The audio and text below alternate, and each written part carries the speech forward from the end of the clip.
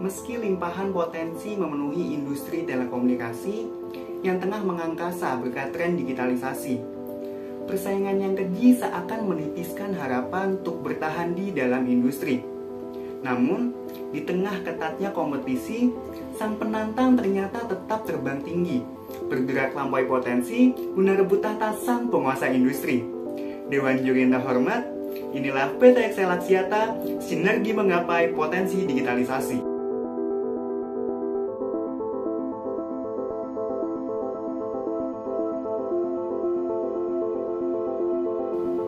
Mari mengenal XL Axiata lebih mendalam. XL merupakan salah satu pemain terkemuka sebagai penyedia jasa layanan mobile di Indonesia. Saat ini, kontribusi pendapatan XL ditopang oleh segmen bisnis data dengan kontribusinya 85% pada tahun 2021. Dan dalam beberapa tahun terakhir, XL memiliki ARPU yang stabil pada kisaran 36.000. Hingga kini, portofolio menara yang dimiliki XL mencapai 162.000 dengan penambahan secara terus-menerus setiap tahunnya dan tersebar di 458 area di Indonesia. Masuk pada analisis makroekonomi, di mana sektor telekomunikasi merupakan sektor yang kokoh dengan adanya pandemi yang belum usai, sehingga meningkatkan aktivitas penggunaan internet. Sektor ini juga merupakan salah satu penyumbang terbesar bagi PDB Indonesia pada tahun 2021, sehingga kedepannya pertumbuhan sektor ini masih resilient. Di samping itu, gejolak inflasi yang melanda Indonesia tidak berpengaruh besar terhadap sektor telekomunikasi, yang mana tingkat belanja konsumsi masih tergolong tinggi pada kisaran angka 74,4%. Melihat pada sisi tren transisi ekonomi bahwa perekonomian Indonesia memiliki prospek bagi ekonomi digital dengan proyeksi ekonomi internet mencapai 146 miliar US dollar.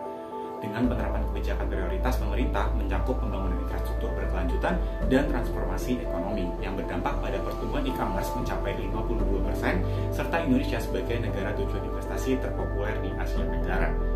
Beralih pada analisis industri, sektor telekomunikasi semakin di depan dengan adanya roadmap digital Indonesia dengan proyek Palapari, satelit multifungsi, pusat data nasional, serta perluasan BTS.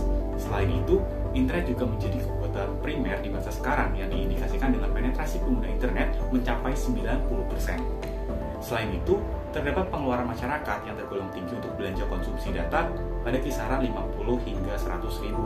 Hal ini dapat berpeluang untuk meningkatkan average revenue per user bagi sektor telekomunikasi. Komersialisasi 5G yang dilakukan oleh 3 pemain utama seperti XL, Indosat, dan Telkomsel kedepannya akan menjadi kunci pertumbuhan mengingat masifnya digitalisasi di Indonesia. Sektor telekomunikasi di Indonesia semakin ketat bersaing dengan tarif data terendah di ASEAN serta penetrasi pengguna fixed broadband di Indonesia yang rendah pada kisaran 2 hingga 4% membuat adanya peluang untuk tumbuh di masa depan terkhusus bagi XL Axiata. Di samping itu, terdapat kemudahan dalam melakukan merger dan akuisisi dalam industri ini sehingga dapat mendorong perusahaan untuk berekspansi lebih. Masuk pada analisis 5 quarter, kami meng-highlight 2 bagian utama yaitu rivalry among competitor, mengingat persaingan dalam industri ini cukup ketat karena tidak adanya diferensiasi produk. Yang kedua, dari sisi daya tawar pembeli, di mana pembeli memiliki daya tawar yang cukup tinggi, mengingat dalam industri ini memiliki price sensitivity yang cukup tinggi serta adanya banyak perusahaan penyedia layanan dalam jumlah banyak.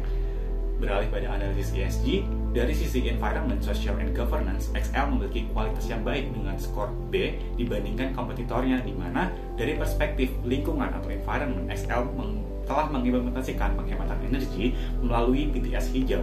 Dari perspektif sosial, XL terpilih untuk menjalankan skema USO dengan menjangkau area 3T. Dan dari perspektif tata kelola, XL telah menerapkan pelatihan anti korupsi.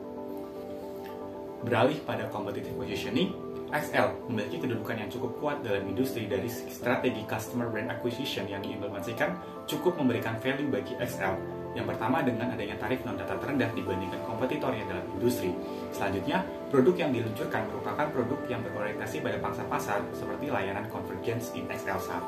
Dan untuk menyelaraskan strategi tersebut, XL melakukan akuisisi terhadap Linknet dengan tujuan untuk mengakselerasi ekspansi bisnis dari segmen bisnis broadband. Dan dari kualitas jaringan, XL memberikan kualitas berdasarkan user experiences, di mana per Juli 2022 XL memegang predikat sebagai operator dengan kecepatan unduh dan kualitas streaming terbaik. kita masuk ke analisis keuangan. Kokohnya segmen data yang berhasil tumbuh 6,1%, sukses membuat pendapatan Excel meningkat sebesar 3% year-on-year, dengan EBITDA margin di angka 52% dan juga net profit margin di 5%. Profitabilitas kami prediksi akan tetap cemerlang yang disebabkan oleh besarnya permintaan data dari masyarakat dengan proyeksi data traffic yang meningkat 19,9% CAGR, disertai dengan penurunan data yield yang turun namun terjaga dikarenakan ketatnya kompetisi. Selain itu, ARPU dan subscriber kompak kami proyeksikan akan tumbuh sebesar 3% CAGR, mengingat masifnya digitalisasi disertai dengan kuatnya penetrasi internet dan smartphone di Indonesia. Lalu, Excel juga terpantau sukses melakukan efisiensi yang ditandai dengan penurunan beban terbesar yaitu beban infrastruktur yang turun sebesar 36% year-on-year. Hal ini kemudian berakibat pada pertumbuhan net profit secara triple digit yang tumbuh 247% secara year-on-year. Ditinjau dari postur keuangan pun, Excel tetap terlihat kokoh dengan aset yang konsisten meningkat di setiap tahunnya. Selain itu, Excel juga memiliki operating cash generation ability yang tinggi yang ditandai dengan CFO yang selalu positif. Hal itu ditambah dengan kokohnya solvabilitas dengan debt to equity ratio yang kami proyeksikan di kisaran 1,8 dan tetap di bawah rata-rata industri, disertai dengan interest coverage ratio yang tinggi sebesar 5,17 yang menandakan perusahaan akan dengan mudah untuk melunasi utang berbunganya. Postur keuangan yang kokoh dengan solvabilitas yang terjaga, kami yakini akan menyokong agresivitas Excel untuk terus berekspansi di tengah ketatnya persaingan industri. Ditambah dengan rata-rata capex per sales tertinggi dibandingkan dengan kompetitornya, yang kami yakini akan dibutuhkan untuk meratakan, mengembangkan, dan memperluas jaringannya. Terakhir, Excel juga kami nilai memiliki kualitas laporan keuangan yang baik dan jauh dari adanya manipulasi laporan keuangan berdasarkan by NISM score. Beralih ke valuasi, di sini kami memperhitungkan adanya asumsi akuisisi LinkNet yang akan rampung di kuartal 3 dari 2022 dengan premium sebesar 5% dan kami yakini akan memberikan revenue sinergi sebesar 3% untuk memperkuat posisi Excel sebagai second leader di segmen fixed broadband Indonesia. Selain itu, kami juga memproyeksikan adanya capex savings dikarenakan Excel akan memanfaatkan fiber network dari Link. Yang pertama, dengan menggunakan metode DCF, kami memperoleh rekomendasi buy dengan potensi kenaikan 31,7%. Selain itu, dengan menggunakan relative valuation yaitu EV per EBITDA mempertimbangkan besarnya depresiasi di sektor telekomunikasi, kami memperoleh rekomendasi hold dengan potensi kenaikan 5,97%. Sehingga dengan menggabungkan antara dua metode ini, kami memperoleh target price sebesar Rp2.975 dengan potensi kenaikan 21,39%, di mana adanya akuisisi ini akan memperkuat target harga kami dengan perbedaan sebesar 6,73%. Lalu untuk memperdalam analisis ini, mempertimbangkan kondisi makroekonomi dan industri yang penuh dengan ketidakpastian, kami melakukan analisis skenario dengan menganalisis best case dan juga worst case pada variabel valuasi kami. Pada best case skenario, kami memperoleh rekomendasi buy dengan potensi kenaikan 36,42% dan sedangkan untuk worst case skenario, kami memperoleh rekomendasi hold dengan potensi kenaikan 2,34%. Tak sampai situ, kami juga melakukan analisis Monte Carlo menggunakan variabel utama dalam menghitungkan valuasi kami. Dengan 10.000 simulasi yang kami lakukan, kami memperoleh rekomendasi buy yang dominan yaitu sebesar 60%. Terakhir, kami juga melakukan analisis sensitivitas untuk menguji dampak perubahan terminal growth dan juga WACC pada target harga kami, di mana lagi-lagi kami memperoleh rekomendasi buy yang dominan yaitu sebesar 67% dan tentunya semakin memperkuat rekomendasi kami. Pada resiko yang dihadapi oleh perusahaan, kami meng-highlight dua resiko utama. Yang pertama, adanya kebijakan Network Sharing Agreement yang dapat menghilangkan competitive advantage bagi XL Axiata dan berdampak pada adanya perang harga pada mobile network operators yang membuat average revenue per user perusahaan menjadi datar atau flat.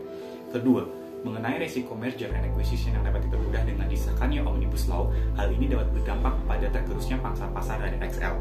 Dan mitigasi yang dapat dilakukan oleh XL antara lain meliputi diversifikasi pada produk dan layanan yang berfokus pada kebutuhan konsumen. Oleh karena itu, dengan didukung tiga katalis utama, yaitu masifnya digitalisasi sebagai peluang pertumbuhan industri, kedua, XL yang bersiap memperkuat posisi di tengah persaingan ketat dalam industri melalui strategi akuisisi, dan ketiga, kokohnya segmen data XL membuat pendapatan yang solid, membuat kami optimis untuk merekomendasikan beli pada saham XL Axiata karena kami percaya XL accelerated as expected. Terima kasih.